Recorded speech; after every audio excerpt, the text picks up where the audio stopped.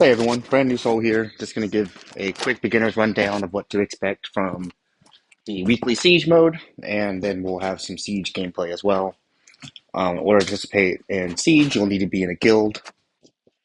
So it'll be located here under the guild events, under siege. At the beginning of the week, your guild leader needs to sign up, and then as you see my guild, go buff yourself is here on the left, while my opponent's guild final days is on the right. Um, you choose one of the 5 islands to defend. The leaders and officers have the ability to choose what island gets what buffs, and then they usually tell you what would be the best spot for you to play defense on. I've been in GPU for a while, and I'm always here defending American Dad. So you have 10 attacks in siege mode. Once you are able to completely destroy an island, you get a bonus 1,000 points. So that's why we have such a big lead for final days already, is because we took down one of their islands. Highest score you can get as an individual is 100. That would be 10 and 0. Um,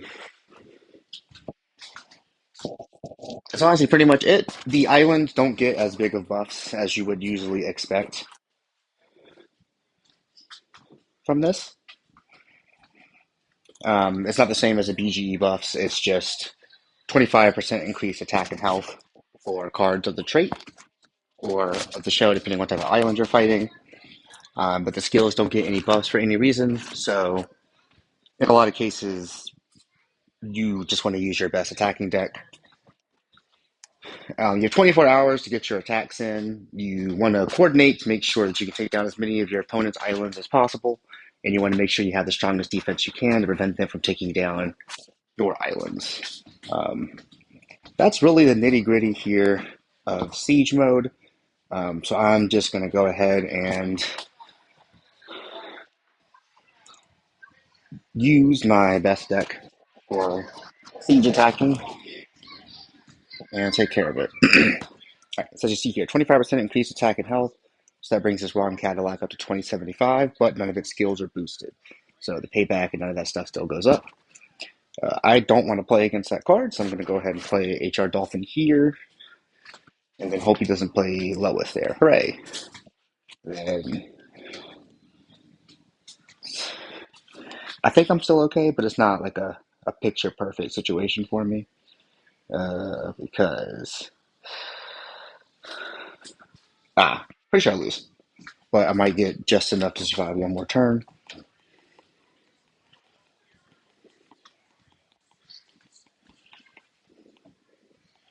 I do. Now I need the wheel to take out Lobster Wedding or I lose.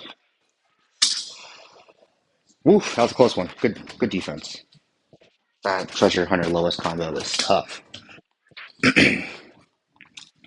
A lot of Siege defense, honestly, is about trying to make defense decks that you think might beat the wheel. I don't think Oil Receipts does, and Country Club Stand isn't as good as it used to be anymore. But that'll be a relatively easy win here on Rich.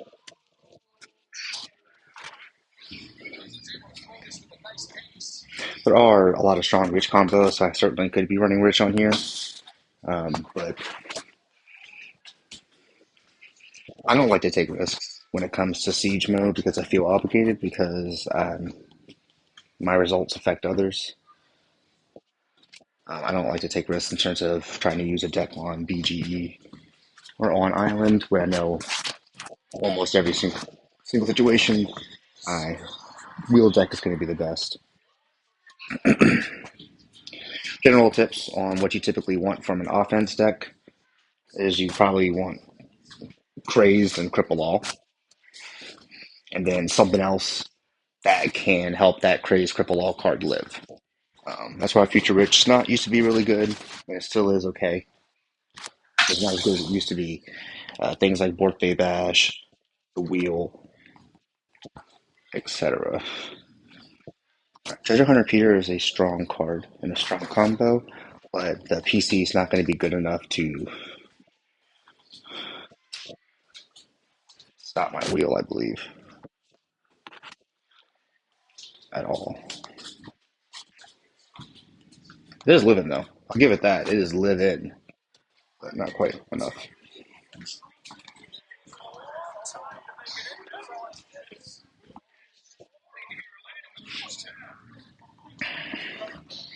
Got Dilemma Jones or something. All right, there we go. See, Future Rich Snot. So it gets buffed because it is on Rich. But as you'll see here, was it a huge mistake? No. Great. It's still very beatable, even though they get the 25% buff. Timeout Kansas City. All right, Count of Monty Hall into a PC. Ugh, it's a nasty combo. I'm glad I'm not going up against it. Slot one. Love this combo here, Luxury Yacht. It's a really good one. It's just fortunate that he played that crappy PC first. That's something I've always thought about when it comes to like siege defense decks. If it's not like an absolute game changer PC, it's a weakness. It makes your deck worse. And so I feel like a lot of those like Mega Quest PCs or some of those like more middling PCs, while they can be okay once you have some other cards down, like if they get played slot one, you're setting yourself up for failure. It seems like the AI likes to play PCs in slot one if they can.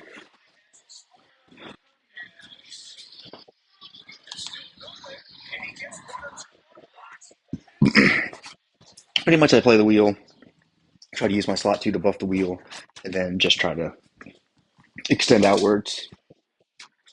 So that if somehow some horrible thing happens to my slot one wheel, I still have ways to win otherwise. I feel like this is the guy who played Lois,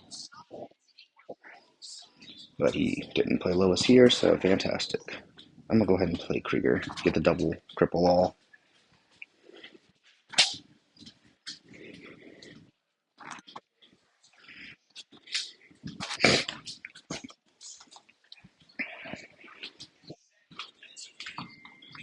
All right, so I got some good luck there. Um, had a tough one with that treasure hunter Lois, but it wasn't too difficult for me. Since I went 10-0, I took 10 HP off of this island, so that's why it's going down. It's already down to pretty much a third of its HP. So once we clear that island out, we'll get a bonus 1,000 points, and we'll be ahead 2 islands to none. They're working on taking down our armed island right now. Our armed island has a lot of people on it, so even if they have a decent win rate, it takes them a long time to take it down. So they have to work really hard to get that 1+1,000 bonus when we can get 2+1,000 bonuses for less attacks. All right, if y'all have any other questions or feel like there's anything I missed in the Siege guide, let me know. Pretty much if you win, you move up in the rank, and if you lose, you go down in the rank a whole bunch. Can't play the same guild like twice in like 3 or 4 weeks or something like that. And that is pretty much it. At a certain point, the siege defenses are set, and so you can't add any more players to your team to play. So that's why you need to make sure you have your guild full, or at least as full as you can, before that siege lock begins. Also, during siege, you can't leave your guild. You're stuck there until it's over. If you want to get some of the rewards for playing in siege, you don't have to do well at all. You just have to actually play. If you go in and go 0-10, you get the same rewards as someone who goes 10-0, which is more rewards than someone who doesn't participate, because if you don't play, I'm pretty sure you get nothing, just like with Rumble. But with Rumble, you have to play a little bit better to guarantee rewards. In Siege, you show up, you try your best, regardless of what your score is, you're getting the same rewards as 10-0 brand new soul. All right. Let me know if I missed anything. Y'all take it easy. Have a good one. Blah, blah, blah, blah.